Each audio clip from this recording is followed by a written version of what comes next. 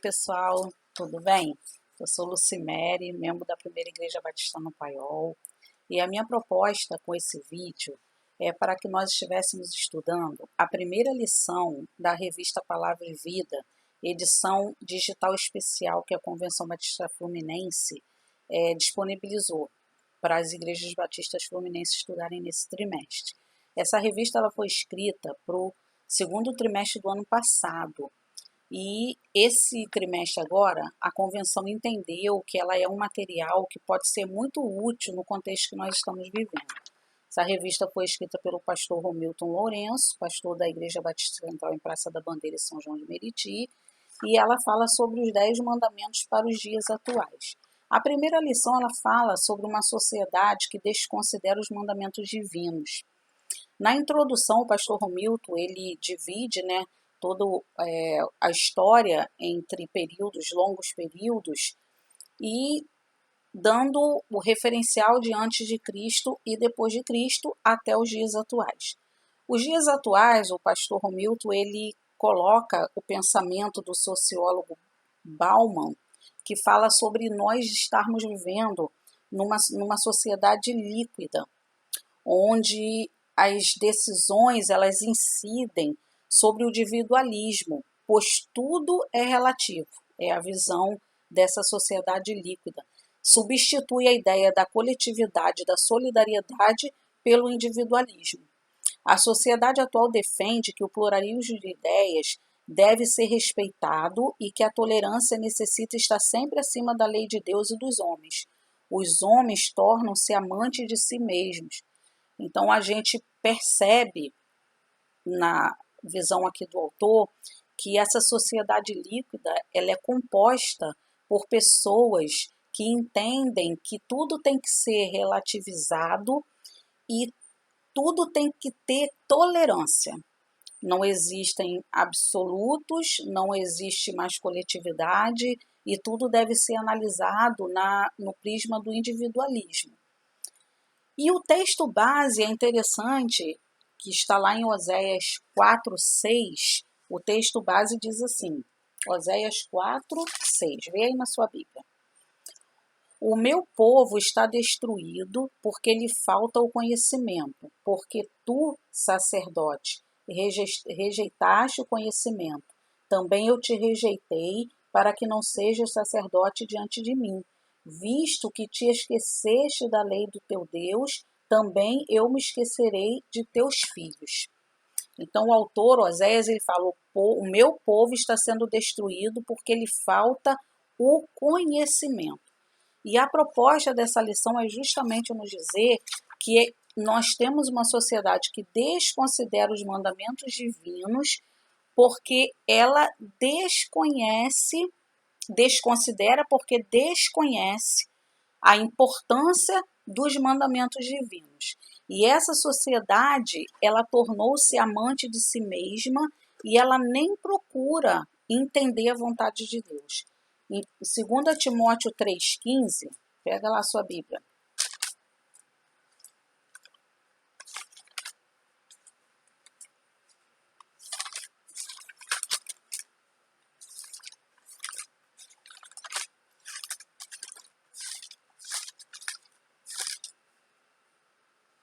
Segunda Timóteo 3, de 1 a 5. Desculpa, falei errado.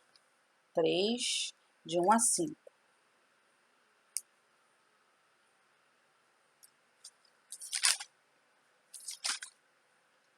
Sabe, porém, isto, nos últimos dias sobrevirão tempos difíceis, pois os homens serão egoístas, avarentos, jactanciosos, arrogantes, blasfemadores, desobedientes aos pais, ingratos, irreverentes, desafeiçoados, implacáveis, caluniadores, sem domínio de si, cruéis, inimigos do bem, traidores, atrevidos, infatuados, mais amigos dos prazeres que amigos de Deus, tendo forma de piedade, negando-lhe, entretanto, o poder, foge também destes. O autor bíblico aqui ele está dando um diagnóstico, de como é essa sociedade líquida, essa sociedade individualista, que teima em viver segundo seus próprios interesses e descartando o interesse da coletividade. Ao contrário dessa ideia da sociedade líquida, Jesus vem em Mateus 6,33 e nos exorta a buscarmos a Deus e a sua justiça antes de tudo. Você conhece esse texto, né? Buscai primeiro o reino de Deus e todas essas coisas vos serão acrescentadas. Precisamos buscar o governo soberano de Deus. Quem opta por entregar a Deus o primeiro lugar na sua vida, desfrutará do cuidado divino. Vamos ver isso em Romanos 8,32.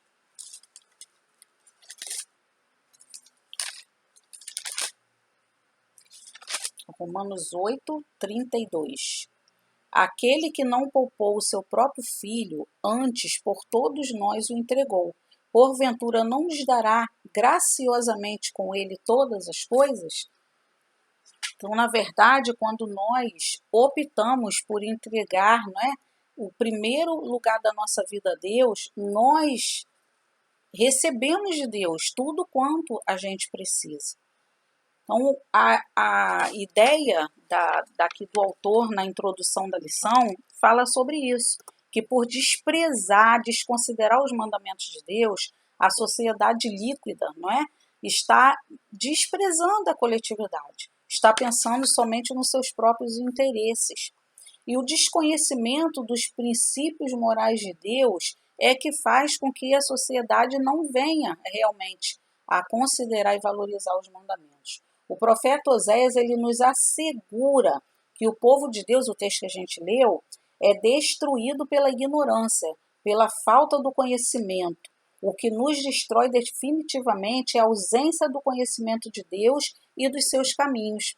Oséias fala sobre isso.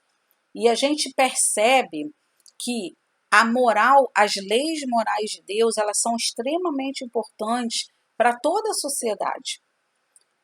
E o que é moral? É um conjunto de valores, normas e noções que regem a ação humana.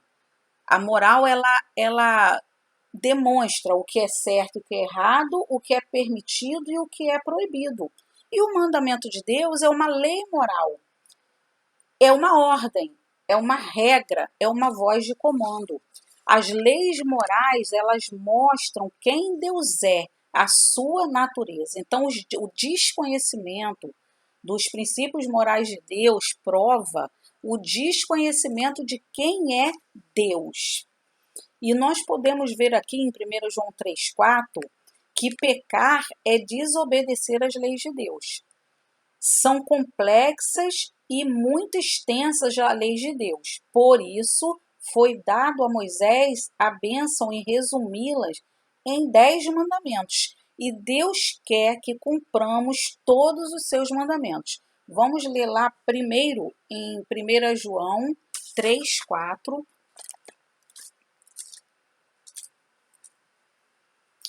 1 João 3,4, que diz assim: a si mesmo se purifica de todo o que nele tem esta esperança, assim como ele é puro. Então, nós conseguimos nos purificar a nós mesmos se nós considerarmos as ordenanças morais de Deus, porque elas são puras. Ele é puro. E nós vemos em Êxodo 24, versículo 7. Êxodo 24, versículo 7 diz assim: e tomou o livro da aliança e o leu ao povo. E eles disseram: tudo o que falou o Senhor faremos e obedeceremos. Então nós precisamos entender que Deus quer que nós cumpramos todos os seus mandamentos. A lei no passado nos serviu de placas indicativas, até que a humanidade chegasse ao conhecimento de Cristo Salvador. Em Gálatas 3, 23 a 25. Vamos ler lá, Gálatas 3.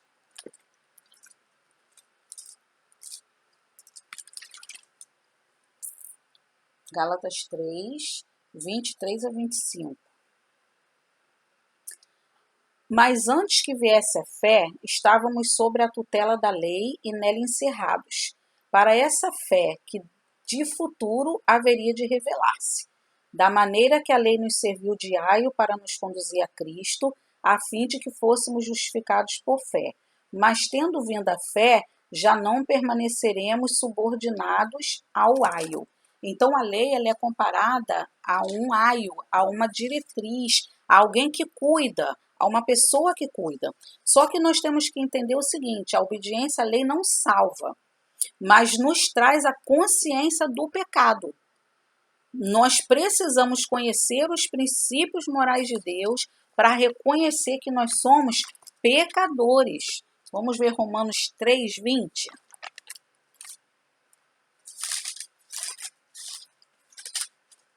Romanos 3:20. Visto que ninguém será justificado diante dele por obras da lei, em razão de que pela lei vem o conhecimento do pecado, o pleno conhecimento do pecado. Então, na verdade, a lei ela não salva, mas ela é uma diretriz. A lei é uma placa indicativa. Olha, você está errando nisso. Então, você tendo consciência, você se arrepende, confessa o seu pecado e recebe a salvação em Cristo Jesus. E nós precisamos entender que o desconhecimento dos princípios morais de Deus, que é a ignorância dos princípios morais de Deus, não vai ser uma justificativa para não errar. Por quê? Porque nós temos consequências geracionais. O mundo ele jaz no maligno. 1 João 5,19 diz isso. O mundo jaz no maligno. Então, se nós estamos neste mundo e tendo consciência dos mandamentos morais de Deus e não obedecendo, nós vamos sofrer sérias consequências. Desde que a humanidade optou por ignorar as leis morais de Deus, o caos foi instaurado.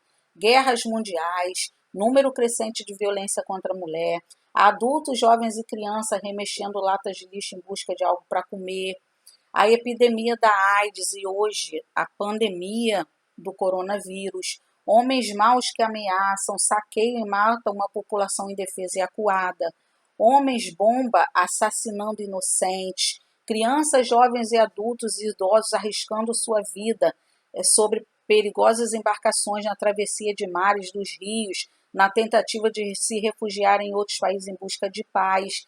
Temos fama de que vivemos, mas estamos mortos. A humanidade tem colhido os frutos amargos da causa da sua desobediência. A igreja de Sardes, lá no Apocalipse, né? Em Apocalipse 3:1, fala sobre isso. Jesus mandou obedecer os mandamentos. E ele disse à igreja de Sardes: você tem fama que está vivo, mas você está morto. Para que nós tenhamos vida, nós precisamos obedecer os mandamentos de Deus. E nós vemos isso em Mateus 19:17, o próprio Jesus nos orientando a isso. Mateus 19, versículo 17. Respondeu-lhe Jesus: por que me perguntas acerca do que é bom? Bom só existe um. Se queres, porém, entrar na vida, guarda os mandamentos. Então, se nós queremos ter vida, precisamos guardar os mandamentos. No terceiro ponto da lição, o autor fala sobre a lei, o amor e a lei. E ele diz assim, uma coisa muito interessante. Os homens estão distorcendo o entendimento do que é amor, alegando que não estamos sob a lei, mas sob a graça. Nós já lemos isso. Erroneamente, estão se apossando do amor para legalizar os seus pecados. Com isso, muitos estão justificando seus erros e pecados, sobrepujando a lei em nome do amor. Jesus não veio para revogar a lei, mas para cumpri-la. Vá e não peques mais. Foi o conselho de Jesus para aquela mulher pega em adultério em João 8. Ele não disse que ela não estava pecando. E nem tampouco disse para ela, porque eu te amo, você pode continuar pecando. Não. Ele disse, quem é que te apedrejou? E ela falou, ninguém, Senhor. Aí Jesus disse para ela, nem eu vou te condenar, mas vai e não peques mais. A gente vê muito isso em relação a esse assunto em Hebreus 12, do 5 ao 10, que o autor bíblico diz que Deus disciplina quem ele ama, para o bem daquele que ele ama, para que alcancem santidade. porque sem a santidade ninguém vai ver a Deus. Então, o amor não é desculpa para você continuar pecando. O amor não é desculpa para você achar que, o melhor, o amor não é o motivo para você achar que Deus vai permitir que você continue fazendo as coisas erradas e desprezando os mandamentos morais de Deus. Nós precisamos entender isso. Vivemos numa sociedade que está desconsiderando os mandamentos divinos. As consequências são muito graves. E nós podemos aqui no final dessa lição, quando o autor coloca aqui para pensar em agir, diz assim: quando você pensa no antigo código moral de Deus, conhecido como os 10 mandamentos, não vem à sua mente a figura de Moisés segurando 2 tábuas de pedras, uma em cada mão? Porventura, não lhe dá a sensação de que tal figura é antiquada, na verdade um símbolo ultrapassado? É justamente do que a sociedade ao longo do tempo foi internalizando. As leis morais de Deus são retrógradas. Não parece estranho saber que Jesus defendeu as leis antes de cumpri-las?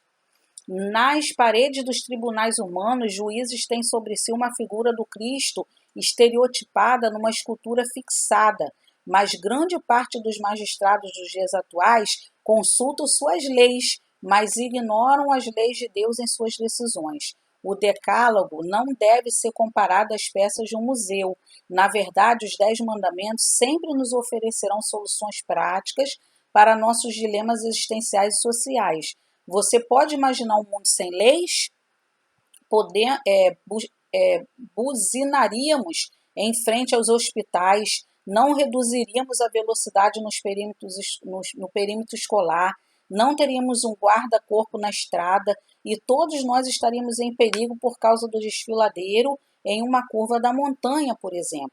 Os 10 mandamentos não são instruções, meios ou planejamentos para deixar a servidão do Egito. Os 10 mandamentos são normas para que possamos viver livres. Vamos ler João 14:15.